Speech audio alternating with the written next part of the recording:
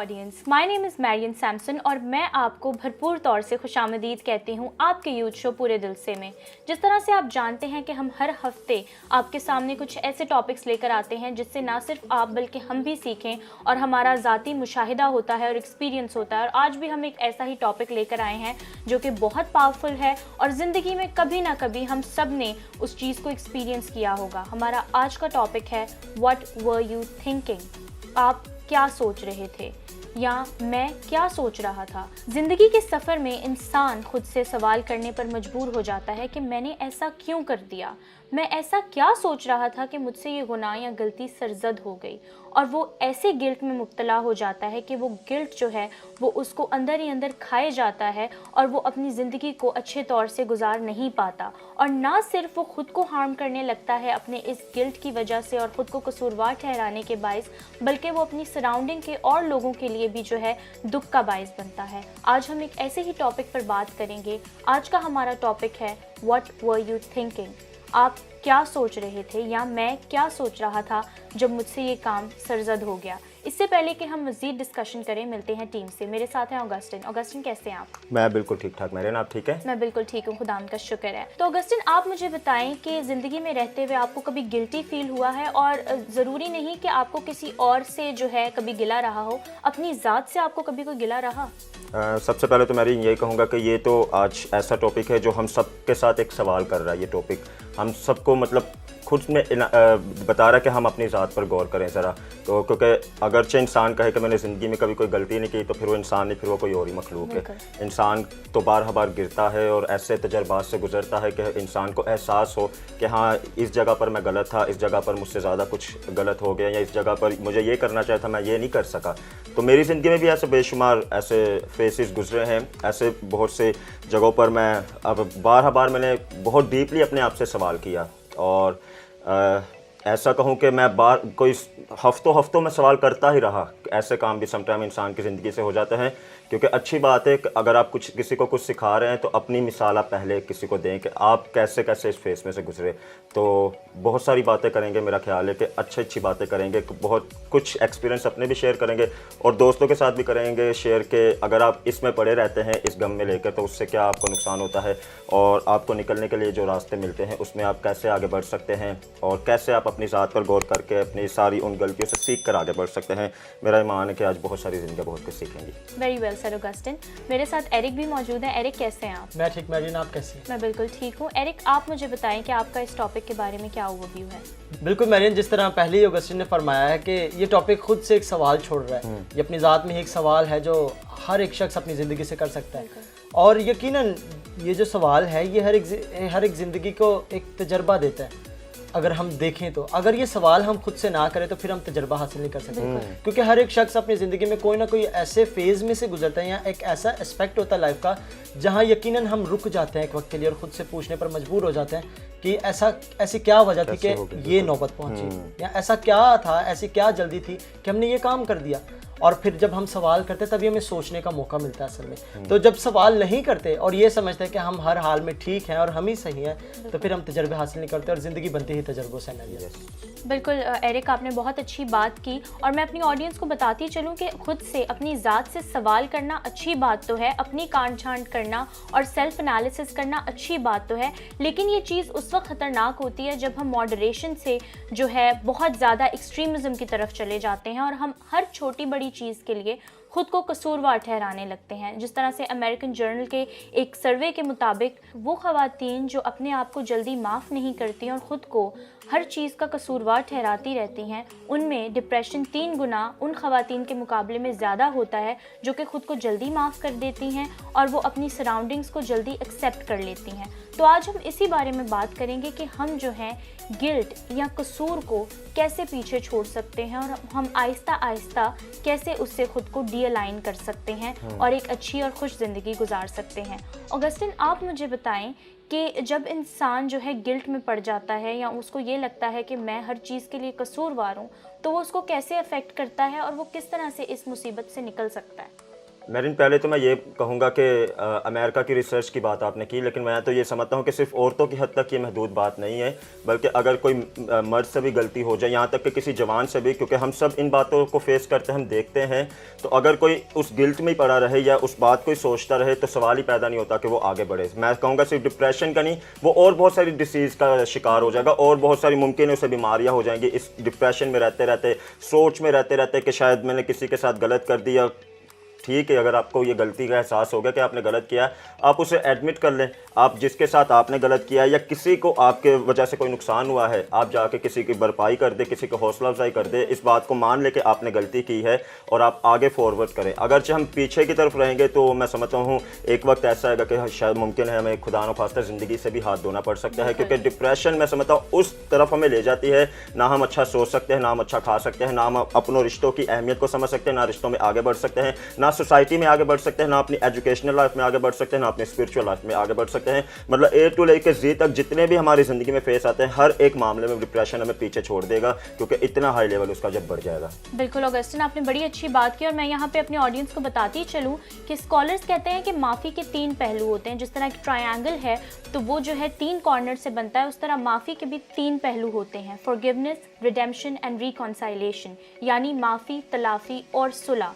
अपने आप को माफ़ करें, खुद को अच्छे तौर से ट्रीट करें और अपने आप से भी सुलह करें। जिस तरह जब आप किसी और को माफ़ करते हैं तो आप उनसे सुलह करते हैं और आप उनको फिर भूल जाते हैं उनके उस कसूर को।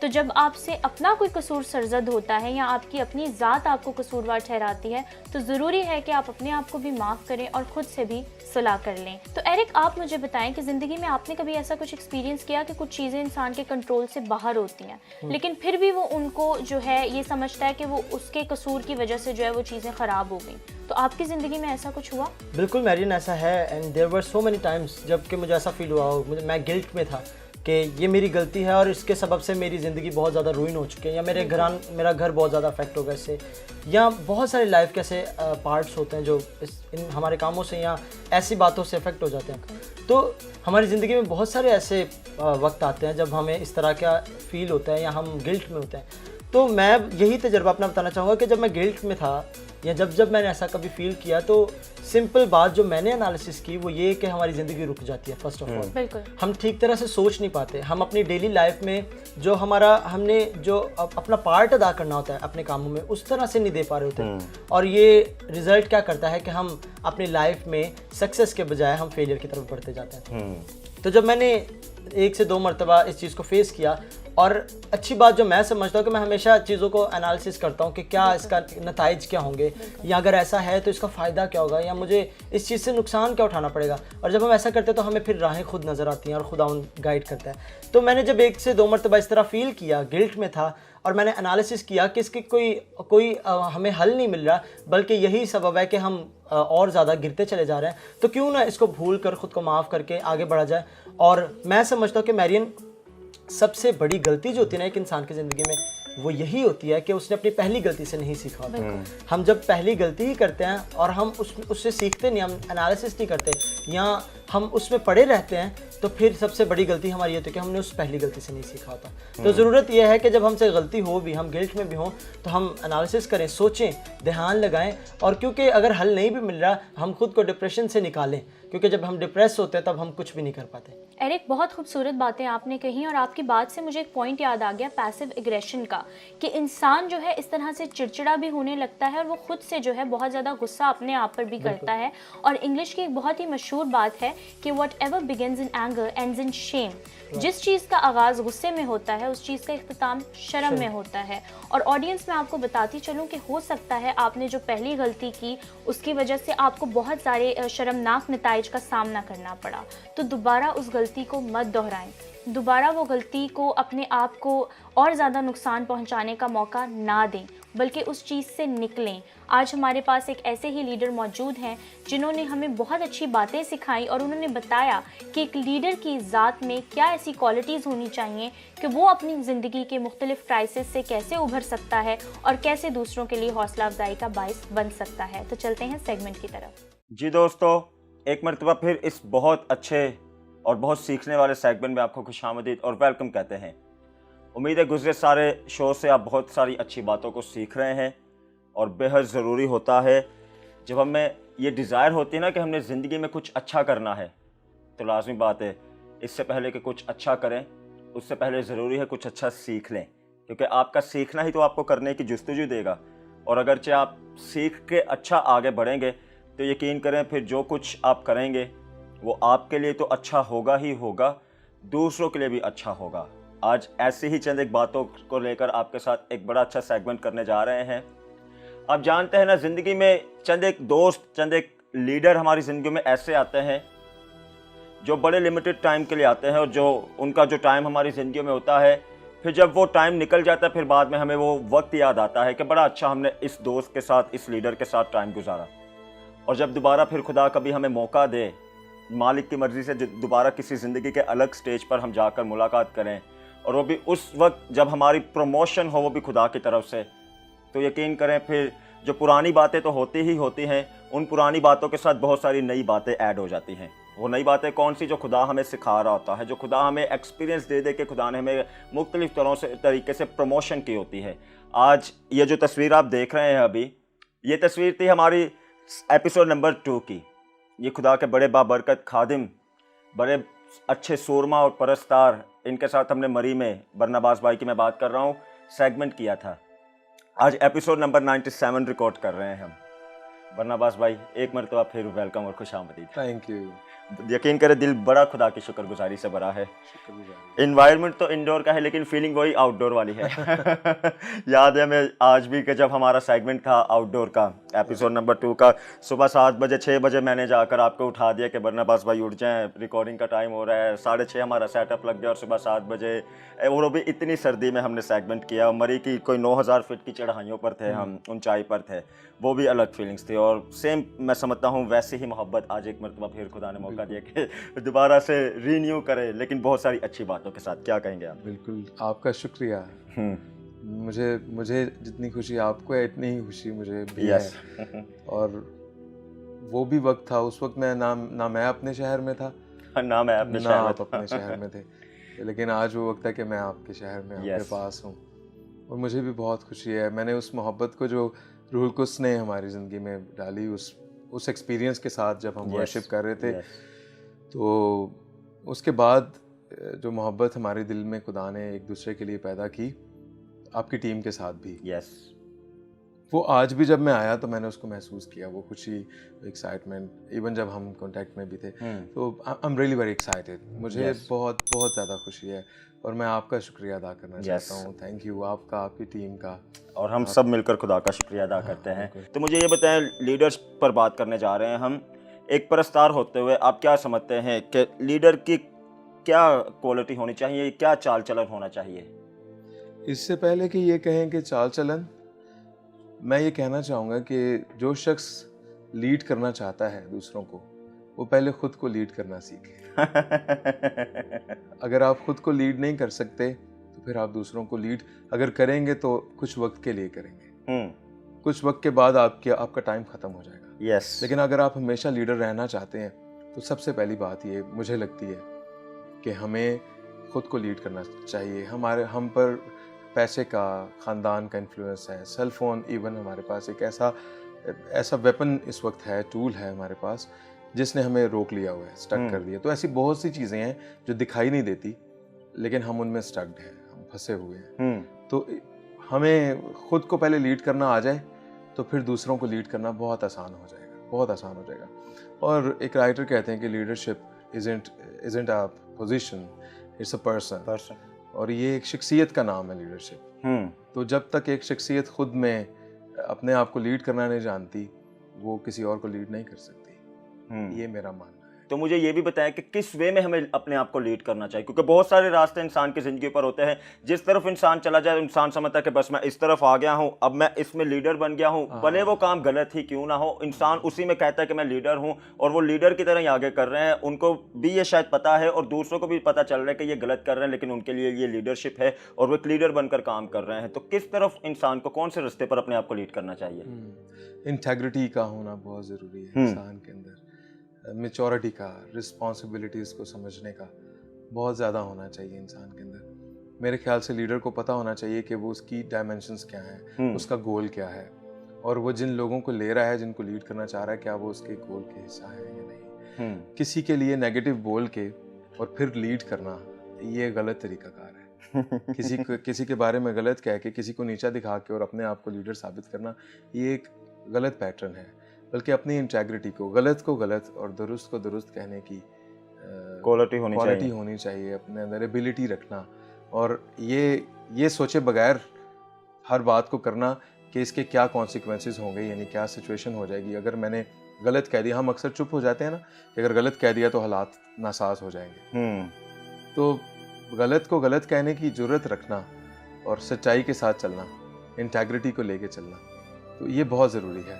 एटमॉस्फेयर लीडर को ना बनाए, लीडर एटमॉस्फेयर क्रिएट करे। बहुत अच्छी बात है, ये समझने की ज़रूरत है। तो हमें लगता है कि हाँ ये इसकी दिलपसंद बात है तो इसको लीड करने का ज़रिया ये है। हम लोगों की वीकनेस को ले लेते हैं और उसके मुताबिक फिर उनको लीड करते हैं, जबकि मेरे ख्याल से ऐसा नहीं है। हमें लोगों की ज़रूरत पूरी करनी है। लीड करने का ज़रिया ये है कि लीडर्स दूसरों को लीड करें ताकि उसके ज़रिए हम गोल तक पहुँच सकें। सही बात है, बहुत अच्छी बात है। और भी मज़ीद बहुत सारी बातें हम करने का तो बहुत दिल है हमारा, लेकिन वही बात है, टाइम का हमेशा हमें टाइम रोक लेता है, टाइम आगे खड़े हो जाता है कि नहीं।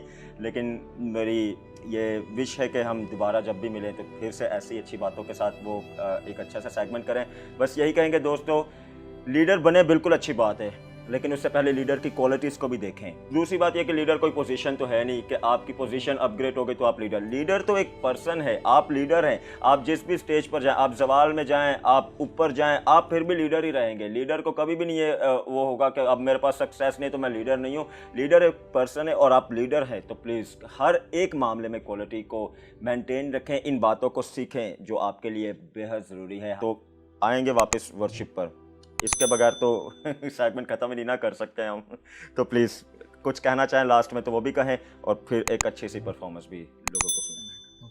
आपकी वो बात मैं बस सेकंड करूँगा कि लीडर बिल्कुल ऐसा ही होना चाहिए। पहले हमारी बात ये हो रही थी कि लीडर को किस तरह से चलना चाहिए लेके, लेकिन उससे अगली बात ये कि अगर वो लीडर बन जाता है तो फिर उसको ये याद रखना चाहिए कि उसे भी लीडर बनाने हैं। लीडर मेरे ख्याल में लीडर वही लीडर है जो लीडर्स को क्रिएट करता है और लीडर्स को बनाता है।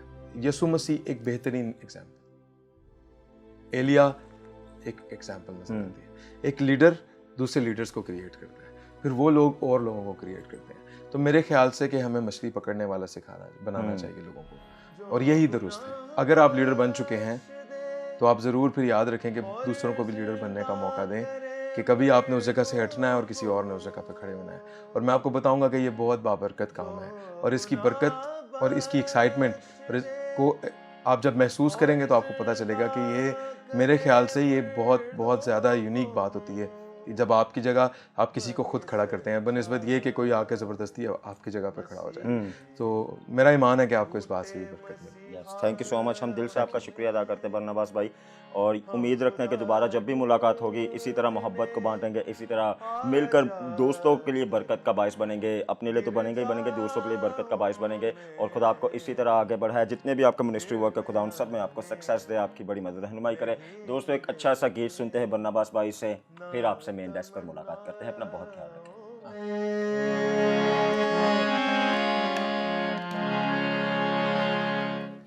कदम कदम पर उसकी वफाएं मैंने देखी है,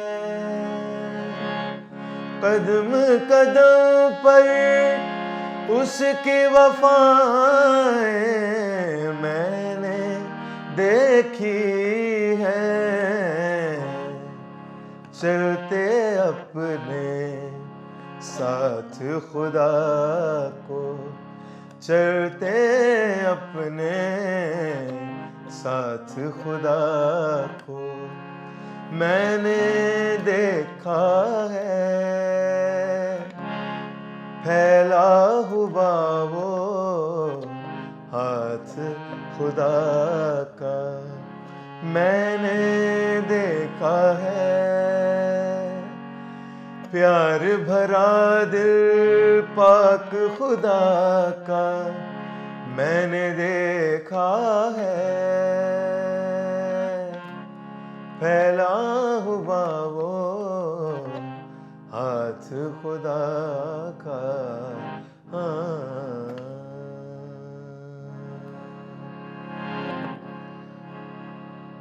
तू बताता रहे, तू सिखाता रहे, दे जलाल हम यसू को मसा में तेरे, मसा में तेरे। जब तू जुम्बश करे हम पे छाया रहे, रूहे पाक हम परस्तिश यूं करते रहे। मुझको राहत मिले, मुझको चाहत मिले, रूह की संगत में अब तो नए सिलसिले, अब नए सिलसिले। जब तू जुम्बश करे हम पे छाया रहे, रूहे पाक हम परस्तिश यूं करते रहे। जब तू जुम्बश करे। आमीन।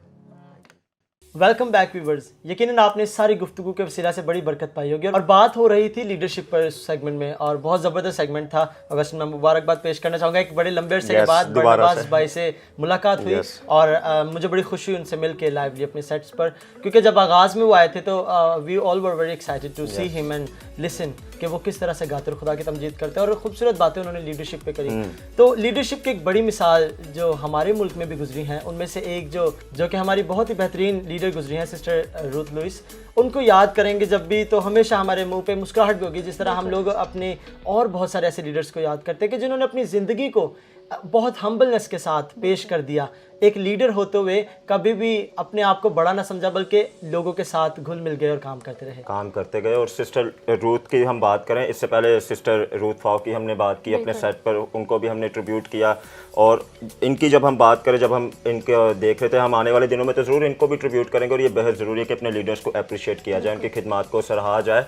ये हम जवानों की ही जिम्मेदारी है, हमारे लीडर्स की जिम्मेदारी है कि जिन्होंने पाकिस्तान को एक अच्छा हिस्सा दे दिया है, पाकिस्तान की खिदमत के लिए अच्छा हिस्सा दे दिया है। और मैरिन, मैं समझता हूँ स्पेशल बच्चों की खिदमत करना कोई मजाक बात नहीं है। ये माएँ अच्छी तरह समझती है कि जब वो उनके बच्चे तंग करते हैं तो कैसे कैसे उनको फिर वो बताती हैं कि इतना तंग करते इतना। और एरिक, हम तो गए थे दारुल सकून में, हमने देखा है वहाँ पे जो मिस्सें होती हैं वो कैसे कैसे बच्चों को ट्रीट करते हैं।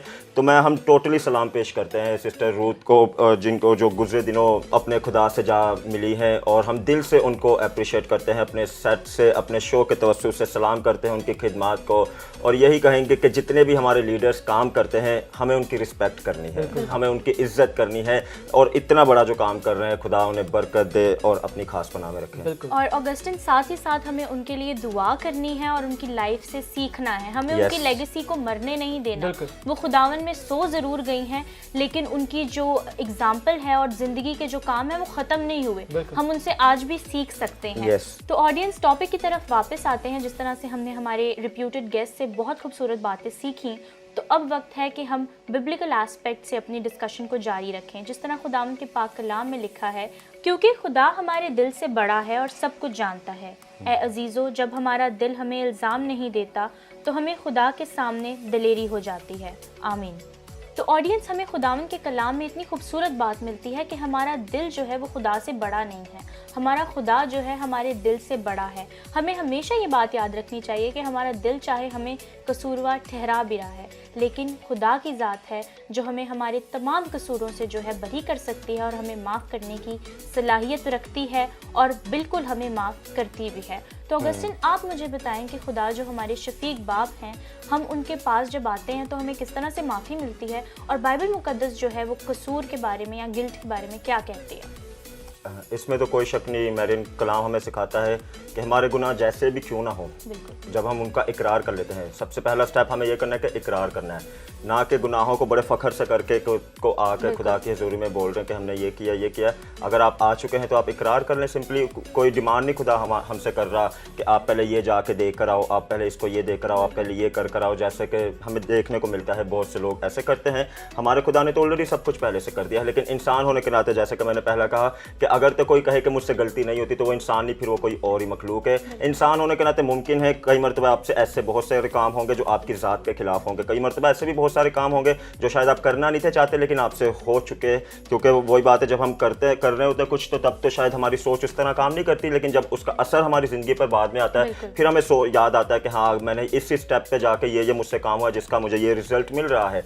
तो मुमकिन है आप बार गिरे होंगे, मुमकिन है आपसे गलती हुई होगी, और मैं तो इस बात से ये भी कहूँगा कि अगर आप चाहते हैं कि आपके साथ अच्छा हो तो लाजमी बात है आप भी किसी के साथ अच्छा करें, तो आप भी दूसरों को माफ़ करने वाले हों, और अगर किसी ने आपको माफ़ कर दिया तो आप खुद को भी माफ़ करने वाले हों। खुद को माफ़ करें और खुदा की हजूरी में सरेंडर करें। बाइबल तो बार हमें बताती है गुनाह की मजदूरी क्या है, गुस्से का हमें क्या वो मिलता है, लेकिन मोहब्बत सबसे अव्वल है, मोहब्बत खुदा की सबसे अव्वल है। अगरचे हम इकरार कर लें ना खुदा की हजूरी में आकर, अपने आप से इकरार कर लें, जिनके साथ कुछ गलत हुआ है, हमारे रवैये से कोई हर्ट हुआ है, उनके साथ इकरार कर लें, उनको बता दें और वापस आकर अपने बाप की हजूरी में बैठ जाएं, जो कि सबसे अव्वल दर्जे पर जिनका वो होना चाहिए, जहाँ से हमें टोटल रिहाई मिलती है। और उनकी हजूरी में जब आपके बैठ जाएंगे, इकरार कर लेंगे, तो यकीन करें ऐसे रिफ्रेश हमें वो कर देगा। वही बात है ना, जितने भी किरमजी गुनाह हो बर्फ़ की मानी सफ़ेद कर देगा, दोबारा से हमें रिस्टोर कर देगा, स्पिरिचुअल रिस्टोर कर देगा, फिजिकल रिस्टोर कर देगा, रिश्तों को बहाल कर देगा, सोचों को बहाल कर देगा, हेल्थ को बहाल कर देगा, ज़िंदगी को दोबारा से बहाल कर देगा कि बामकसद ज़िंदगी में आगे बढ़े। और बिल्कुल कलाम मुकद्दस हमें इसके मतलब बड़ी खूबसूरती से सिखाता है, और डेविड जो है सबसे बड़ी मिसाल है इस गुफ्तगू की जो आज हम कर रहे हैं, कि उस जो हम गिल्ट को फील कर रहे हैं, उस जो लाइफ के उस एस्पेक्ट में जहाँ हम अपने आप को अंधेरे में लेकर जाते जा रहे हैं, हमें किस तरह बाहर निकलना है। डेविड से दाऊद नबी वो एक पहले चरवाहा था, उसने उस जवानी के वक्त में भी खुदा उनकी कुदरत को तजर्बा किया, बड़ा होता गया, फिर खुदा ने और मजीद तजर्बे दिए, और वो चरवाहे से कब बादशाह बन गया, उसकी लाइफ में किस तरह चेंजिंग्स आई। तो इस सारे दौरानिया में उसकी ज़िंदगी में बहुत सारे ऐसे वाक़यात हैं। जब वो बादशाह था, हम जानते हैं कलाम में लिखा है कि जब उससे एक ऐसा काम हुआ तो बड़ा गिल्टी फील किया। ज़बूर 51 जब हम गाते हैं, जिसका जिक्र अगस्ती ने भी किया, कि वो कहता है कि तू मुझे ज़ुफ़े से साफ़ कर, तो ज़ुफ़े से मुझे छू ताकि मैं बर्फ़ की मानिंद सफ़ेद हो जाऊँ। तो वो ज़बूर अगर हम पढ़े तो उसमें सारी बात जो है, देखें ज़बूरों के जो आयात है ना, अगर हम पढ़े तो उसमें कई बार ऐसे रोना है, कई बार दुख है, और सवाल ये उठता है कि फिर क्यों इनको ज़बूर या खुशी के गीत कहा जा रहा है, क्योंकि हर एक ज़बूर में इकरार इस बात का है कि खुदावन ही है जो छुड़ा सकता है। जितना भी रोना, जितना भी वहाँ वेला हो ज़बूर के अंदर लिखा हो, उस शख्स की कैफियत लिखी हो जो ज़बूर नवीस है, लेकिन बिल आखिर उसने ये बात ज़रूर वहाँ लिखी होगी कि खुदावन मेरा तवक्कुल तुझ पर है, या मैं जानता हूँ कि तू ही बहाल कर सकता है। तो हम सबके लिए यही बात है। और देखें, उस गिल्ट का सबब यह है कि आज भी जब हम उन बातों को याद करते हैं तो हमारी आवाज़ कांपती है, या हमारा दिल रुक जाता है एक वक्त के लिए कि मैं जिक्र करूं या नहीं, या मैं बात करूं कि नहीं, क्योंकि वो वक्त जो होता है वो तारीकी का वक्त होता है, और हम उस बात को सोचते हुए भी डरते हैं। लेकिन शादमानी और खुशी इस बात में कि हमारा खुदा जिंदा और आज भी बहाल करता है, और जिसने बहाल किया उसने हमें दलेरी बख्शी कि आज बथेरी ज़िंदगियों को बताएं कि अगर हम खुदा के पास आ जाएंगे तो हम आज़ादी पाएंगे, और अगर हम उसी गिल्ट के साथ ज़िंदगी को बसर करने का सोचेंगे या उस गिल्ट को साथ रख के चलने का सोचेंगे तो वो हमें मौत की तरफ ले जाएगा। बिल्कुल। काश के लोग खुदावन का हाथ थामने के लिए आगे बढ़े, कि खुदावन का हाथ पकड़ ले ताकि खुदा के साथ आगे बढ़े। बिल्कुल, very well said Eric. So audience, जिस तरह से आज हमने बहुत खूबसूरत बातें सीखी हैं, उम्मीद है कि आप सबको इस सब में कुछ ना कुछ अपने ज़ाती मुशाहिदे की और अपनी पर्सनल एक्सपीरियंसेस ज़रूर दिखे होंगे। तो ऑडियंस, आपको आज का शो कैसा लगा हमारे फेसबुक पेज पर हमसे शेयर करें, यूट्यूब पर हमें सब्सक्राइब करें, और हमारे व्हाट्सएप पर मैसेजेस करके हमें बताएं कि आपने आज के शो से क्या सीखा। हमें सपोर्ट करते रहें और हमें बताएं कि आप अपने यूथ शो में और मज़ीद क्या डिस्कशंस चाहेंगे। आपसे मुलाकात होगी अगले हफ्ते आप ही के यूथ शो में, जिसका नाम है पूरे दिल से।